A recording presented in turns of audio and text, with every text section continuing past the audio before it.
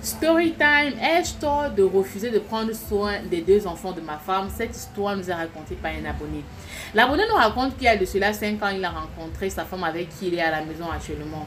Et lorsqu'il rencontre cette dernière, elle est enceinte et le papa l'avait abandonnée avec la grossesse.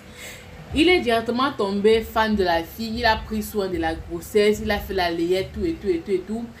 Donc, un an environ après, il a décidé de s'installer avec la fille. C'est lui qui s'occupe de la fille, c'est lui qui faisait tous les dépenses de la fille en fait. Donc, vous comprenez, s'il a fait la layette, tout, en fait, vous comprenez qu'il est vraiment fan en fait. C'est difficile de voir un gars qui s'engage avec une femme enceinte et au point de faire la layette. Mais le gars, il a fait.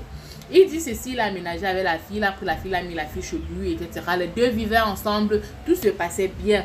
Jusqu'au moment où il a perdu son boulot et qu'il n'arrivait plus à rationner à la maison. Il dit pendant environ 7 mois, il traversait les moments vraiment difficiles. Il avait perdu son boulot, même 5 francs, il n'avait pas.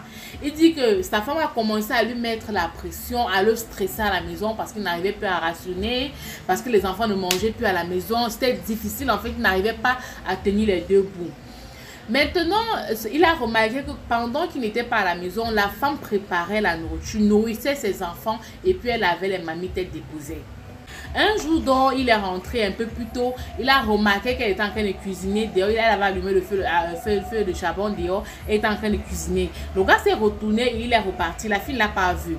Il dit quand il est rentré le soir, la fille a dit qu'il n'avait rien à manger à la maison. Le gars dit que mais comment c'est rien à manger à la maison? Il part à la cuisine, il remarque que tous les mamites sont propres et bien serrées. Donc en réalité, la fille a préparé, elle a mangé avec ses enfants, puis elle a couvert la mamie.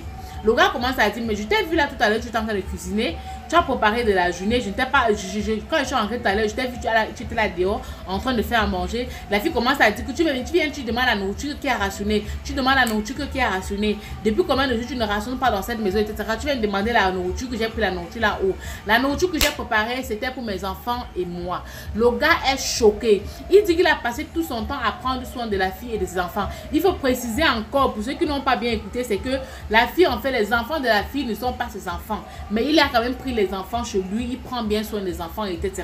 Le gars est choqué de voir que pendant qu'il traverse des moments difficiles, la fille l'abandonne. Il dit qu'il y a les jours où il sort comme ça, il ne mange carrément pas parce qu'il n'y a pas de quoi manger.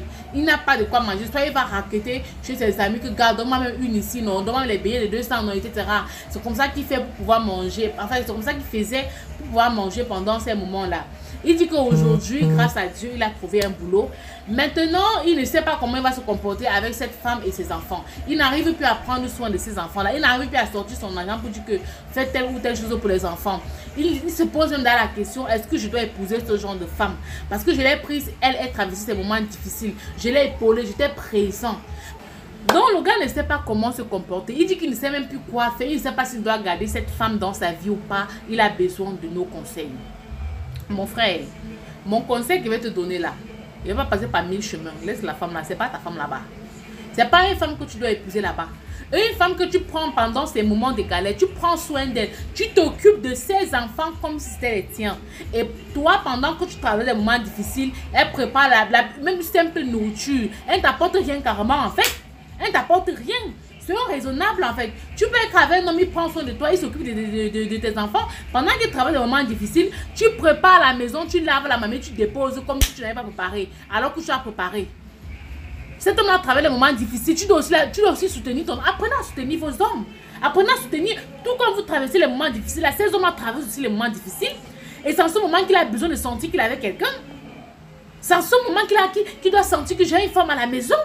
Mais toi, tu apportes quoi dans sa vie? C'est lui qui rationne à la maison, c'est lui qui paye le loyer, c'est lui qui paye le courant, c'est lui qui gère tes enfants, il paye la scolarité de tes enfants. Tu prépares la maison parce qu'il traverse une crise. Parce qu'en ce moment, il n'a pas. Tu prépares, tu donnes tes enfants. Mon frère, il faut les quitter dedans. Quitte dans la relation là, c'est pas pour toi. Je ne sais pas ce que vous allez dire en commentaire, mais pour moi, c'est pas une femme que tu dois épouser là-bas. C'est pas une femme que tu dois épouser, je suis désolée. Bye bye.